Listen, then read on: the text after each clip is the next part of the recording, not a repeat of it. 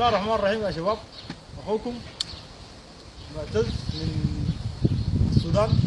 والله دار اوضح بس نقطه بسيطه كده شاغله بالي بالنسبه لشبابنا في السودان اللي قاعدين يجوا هنا لاوروبا عن طريق البحر وعن طريق، انا واحد من الناس اللي جيت عن طريق البحر والان انا موجود في مدينه المانيا.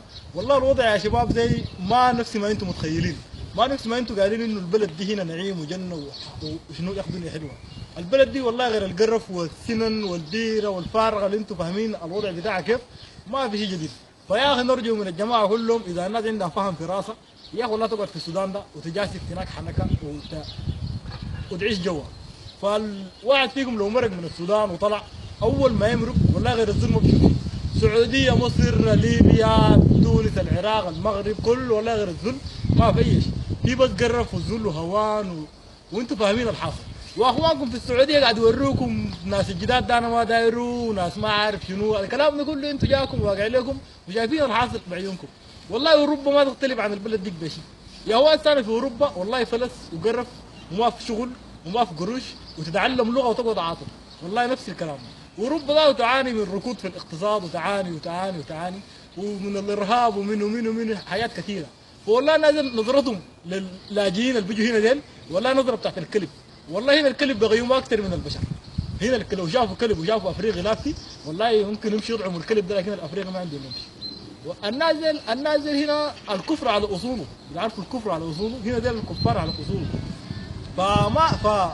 فنرجو من الجماعه انه شنو اي زول عنده نيه يركب يجي البحر فيا اخي اخير له شنو؟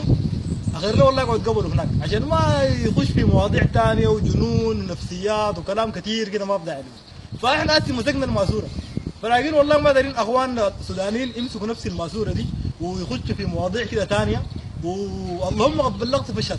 فوالله يا اخوكم والله انا شايف هنا ده شغل بتاع شواطين وشغل يعني بتاع دنيا بس، ما بتاع اخره ولا بتاع اي شيء. فالشيء اللي انا شايفه ده غايته والله ما شيء يصلح لانه شاب سوداني يجي هنا ولا يكون هنا، ما هو مستقبل اصلا. هسه اللاجئين الجدد حوالي 6000 مليون ولا 6 مليون لاجئ الخشوا يا اوروبا ديل، والله كلهم مصيرهم هنا حيمشي لدمار ولكلام ما في زول فيهم حيقوم كده حيبقى زول زي الناس. هنا فعلا بيدوك بيت وبيدوك قروش 330 يورو ويدوك ايش، لكن بيشيلوا منك ايش؟ بس انت حيكون عندك البيت والقروش، تمشي الصباح تطلع الماركت تجيب حاجاتك تاكل تنوم. سخن معاك فكرت بتجيب البيره زي ما اخوكم شايل البيره وبتكون شنو؟ يا هو تشرب وقاعد ما في شيء جديد، ما في شيء جديد. فيا اخي نرجو زي ما اخواننا السعوديين شغلهم حار زي ما قال بابا يوحنا، احنا هنا برضو الخواجات دول شغلهم برضو حار، والله شغلهم حار وقروشهم بسيطه. هنا دول ما عندهم قروش، غير السعوديين قروشهم بسيطه. هنا ما في قروش والله. هو شوف الحال عند الحال والله حال الشباب هنا كده ما في جديد. اخوكم الشبلي عنده كلمه ممكن يقولها لكم. اقسم بالله داير اقول لكم حاجه، والله العظيم الاوروبيين دول شغلهم حار وقروشهم بسيط، والله تعبهم تعب. انا ما داير والله ما داير اقول لكم زي ما قال بابا، لكن اقول لكم حاجه والله ما بدكم كلام ما بقدر يطلع بلدكم دي في اي شيء ماشيين انتوا كويسين شنو؟ عندنا والله ما فاضل، يعني احنا ازاي متبرطعين على النعمه دي هي في بلدنا فيه وما فاضل، يعني احنا قاعدين نجي قله ادب وسفاهه منا، لكن الله يهدي كل سوداني.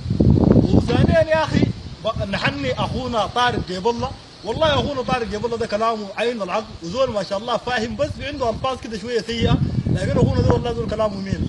الزول زول فاهم الحنك وواقع له الكتاب، والله يزور عنده شفتن او يزور عارف انه شفت زور راسه والله يقعد هناك الشفاته هناك. والله الناس اللي بيمرقوا ديل والله دي الناس شفارات وناس دايرين يتذلوا ودايرين يتهانوا ودايرين شفتها، والله غير كده ما في شيء. اي زول داير يعيش دنيا وداير يسكر ويمشي يزني ويمشي يعمل الفارغه والله مرحب به معانا، لانه هي دي بلده هنا. لكن عندك نيه داير قروش داير حسابات داير تبني مستقبل داير تتزوج داير اسره داير كلام ثاني كثير، والله شوف لك سودان ينفعك. ولو عندكم شغل والله اشتغلوا في البشير ده، شفتوا البشير ده اشتغلوا فيه هو بس، والله هو الوحيد اللي داير شغل، لا هي والله ما في زول داير شغل ثاني. وشكرا لكم يا شباب لهذه الفرصه، واخوكم زي ما قلت لكم معتز ملقب بتايجر من مدينه الاسر الخرطوم، واخونا الشبلي من مدينه ام درمان. وين يا شبلي ام درمان؟ في البحيره الطرمبه حمد النيل كرور بين قوسين الامام مالك. تشيز ثانك يو